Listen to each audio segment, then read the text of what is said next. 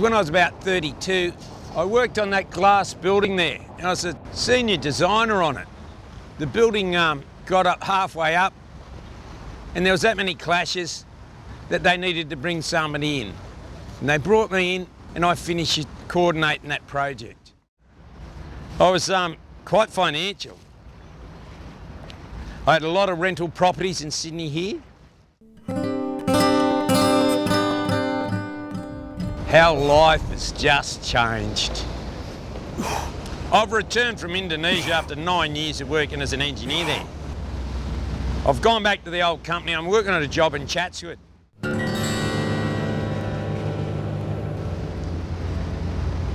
It's 5 o'clock, it's Friday afternoon. I've sent everybody away, so there's no security guards, there's no first aid guy, there's nobody there on site. And I'm working in a little site shed, and I decide I haven't checked something that's on the roof. And I've gone up and I'm on the 35th floor.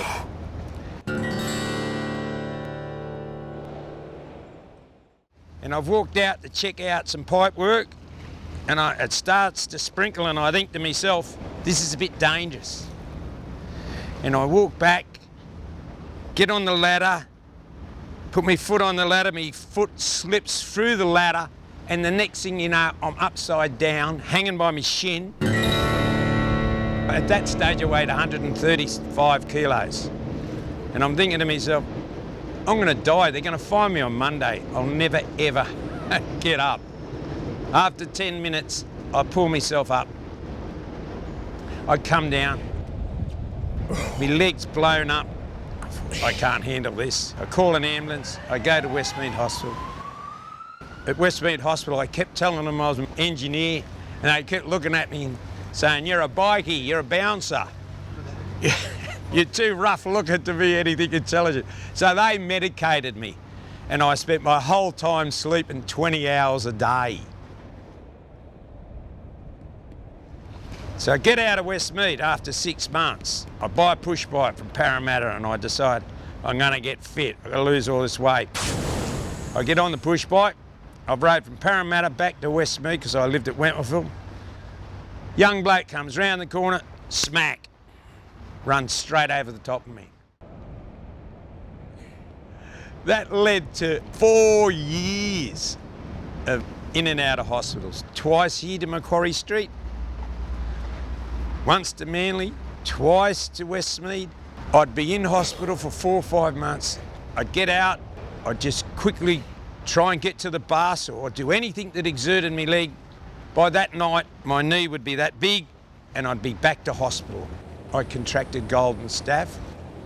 And by the time I got discharged from Macquarie Street, all this money that I'd worked for all my life had totally vanished. I got a pair of operating pants, the blue ones, a pair of crutches, and I was discharged onto the street behind the hospital. I'm thinking to myself, I don't know what to do.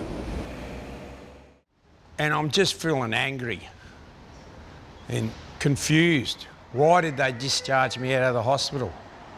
I need to go back in. I just need help. I need to be fed. My knee was about this big. It was fused at 35 degrees, so my leg was permanently at that angle. So I couldn't walk because it couldn't move. I just thought life was the lowest it could possibly be. How did I get here? What had happened? And not having anybody to visit, you sink into depression. You just sink and sink and sink. I've wandered from Quarry Street Hospital down to here, spent the next 3, 4, I don't know how long, days here. For me, this was the safest place. I'd never been homeless. I'd never been on the street. The guilt and the shame was just overbearing. I'm thinking to myself, how can I commit suicide? How? How can I finish all this?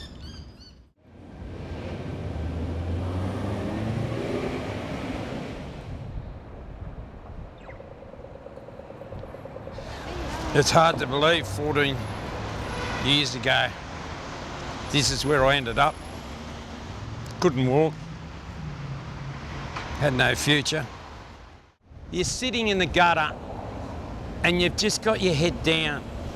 You can't have eye contact with anybody.